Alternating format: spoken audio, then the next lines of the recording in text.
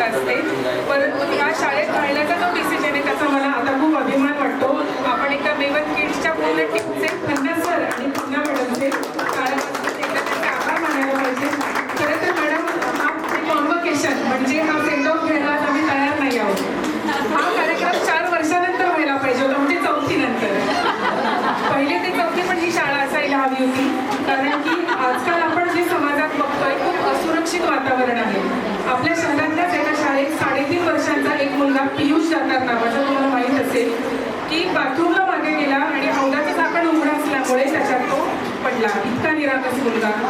बदलापूरची घटना आपल्याला माहिती आहे. इतक्या असुरक्षित वातावरणात कुठली तरी चांगली शाळा असावी, शाळेचं प्रशासन मुलांच्या पाठी असावं. मी माझं पर्सनल एक सांगते की माझं PhDचं एक खूप धावपळ होती या वर्षामध्ये. मला अनेकदा उशीर होत होता, पण मला एकदाही असं वाटलं नाही की अभिरचं कसं होत असेल. मी खूप निश्चित होते. मला असं वाटायचं की मी एक आई तिथं 10 आया आहेत याची काळजी घेणार, असं मला नेहमी वाटायचं. त्याच्यामुळे खरंच प्राऊड फील करते. आणि अभिरच्याबद्दल सांगायचं झालं तर कालचंच एक उदाहरण सांगते. आम्ही परवा रात्री मध्यरात्री गावाहून आलो आणि 1:30 वाजले होते झोपायला. काल सकाळी 9:30 वाजता त्याला जाग आली. मला वाटलं की जाऊ देत, तो थकला असेल. परंतु तो म्हणाला आई किती वाजले? मी म्हटलं 9:30 वाजले. तो म्हणाला की 9लाच शाळा असते. म्हटलं आज जाऊ दे, तू खूप थकलायस. नाही आई, आमच्या मॅडमने सांगितलं शाळा बुडवायची नाही. त्यांनी माझ्या पाठी लागून मला शाळेत यायला तयार केलं. मग मी खन्ना मॅडमना फोन लावला.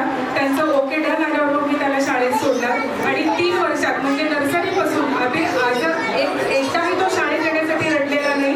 उलट शाळेत जाण्यासाठी त्यांनी माझ्याशी भांडण केलेले. अशी उलटी परिस्थिती आहे. तर खरोखरच हे सगळं जे वातावरण आहे, शाळेने आम्हाला बालपणात रमायला संधी दिली. कधी नाचवलं, कधी गायची संधी दिली, कधी मुलांसोबत राखी, कधी सॅलेडची स्पर्धा असेल, सायन्स एक्झिबिशन असेल. खूप खूप चांगल्या सगळ्या गोष्टी बनवल्या. आज मला या प्रसंगी स्वाती मॅडम, पल्लवी जोशी मॅडम सगळ्यांची आठवण होते. अर्थात जे नेतृत्व आहे ते जरा जास्ती बोलते, पण शेवटची संधी असणार आहे. मॅडमच्या नेतृत्वाखाली हे सगळं जे झालेलं आहे. आणि राखी मॅडम तर पाहायचंच काम नाही, कारण प्रत्येक मूल वेगळं आहे. मॅडम खूप इन्स्पायरिंग भाषण होतं त्यांचं. प्रत्येक मूल वेगळं आहे.